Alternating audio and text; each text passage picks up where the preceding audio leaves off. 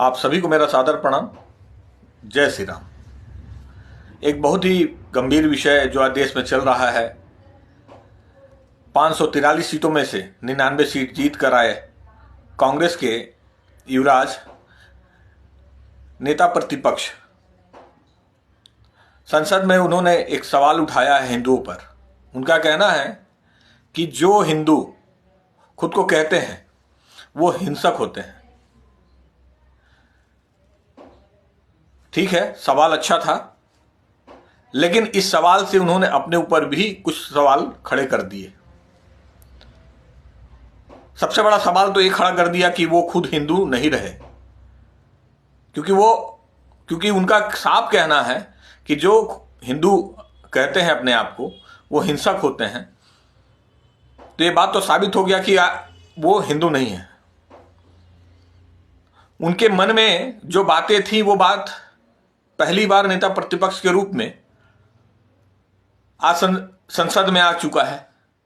पूरा देश जान चुका है, पूरा देश देख चुका है। अब उसमें सफाई देने की आवश्यकता भी नहीं है, क्योंकि उनका साफ कहना है कि जो खुद को हिंदू कहते हैं वो हिंसक होते हैं। नेता प्रतिपक्ष के रूप में जो विषय उनको उठाने चाहिए थे वो विषय ना उठाकर उन्होंने सीधे सीधे हिंदुओं पे ही प्रश्न चिन्ह लगा दिया।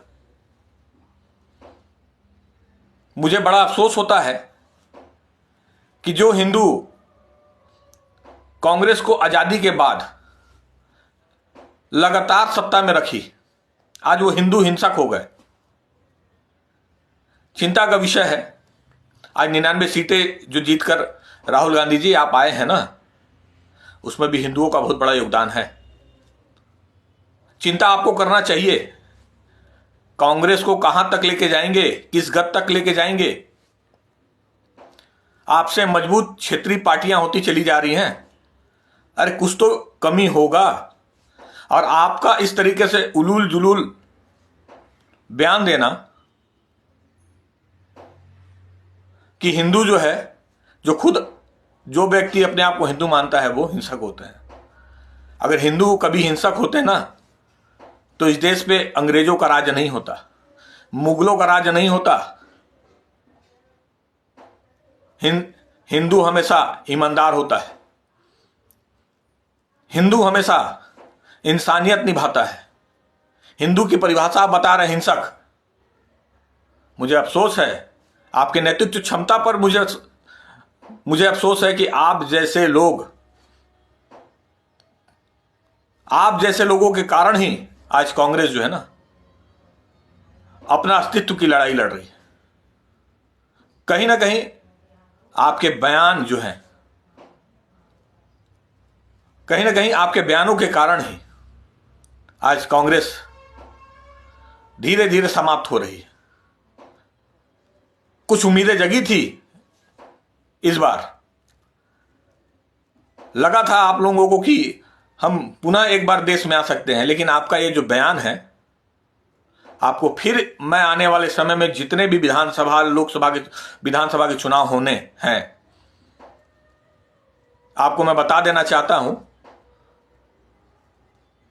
कि अब इस बयान के बाद कांग्रेस ये भूल जाए कि अब उसको जो है देश में हिंदू पसंद करने वाले हैं।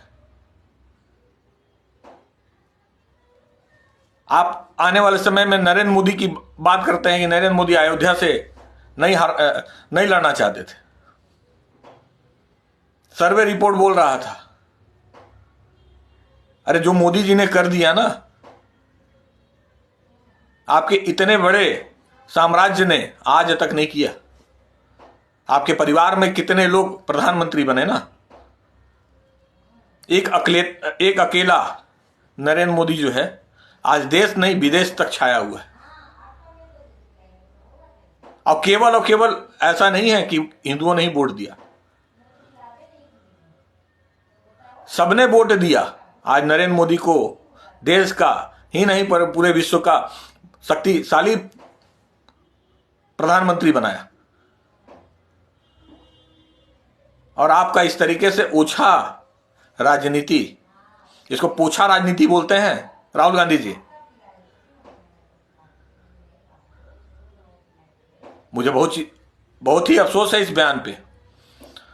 और थोड़ा सा भी अगर आपको इस विषय पे, हालांकि ये माफी योग्य विषय तो नहीं है, लेकिन मुझे लगता है कि अगर आप राजनीति अगर इतना सीखे तो इतना जरूर सीखिएगा कि आप किसी भी हिंदुत्व या किसी भी धर्म के बारे में इस तरीके से आप एक बार बोल के देखिए कि जो अपने आप को मुस्लिम मानते हैं वो हिंसक होते हैं। बड़ा अफसोस है मुझे राहुल गांधी जी, आप देश के नेता प्रतिपक्ष बने हैं और इस तरीके से पहले भाषण में ही आपने जो सबसे पहला सवाल जो उठाया और वो भी हिंदुओं पे उठाया, 99 सीटों पे क्या हिंदुओं ने वोट नहीं दिया था क्या?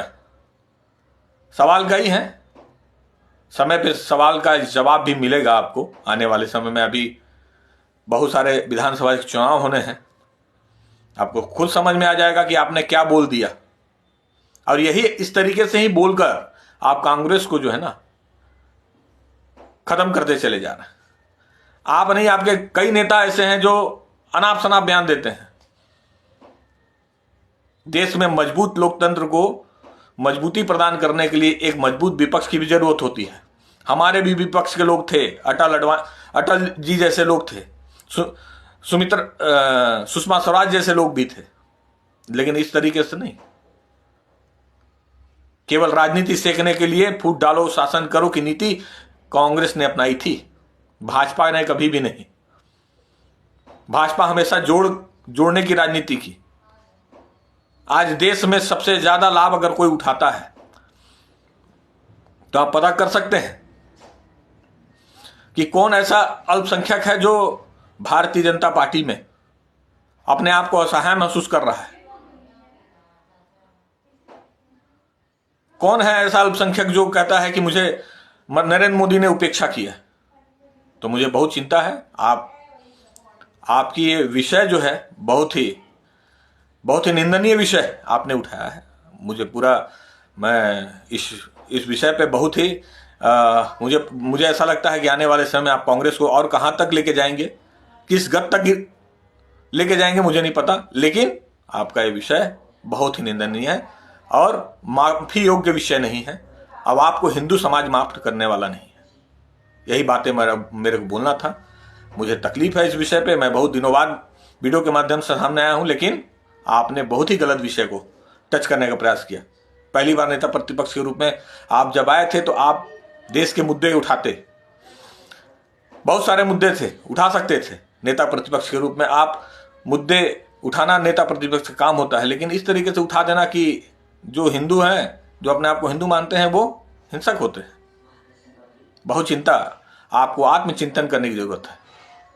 उसके बाद राजनीति करिए, शोभा देगा, लेकिन ऐसा राजनीति मत करिए। यही बोलना चाहता था। जय हिंद, जय भारत, जय छत्तीसगढ़, जय सरगुजा।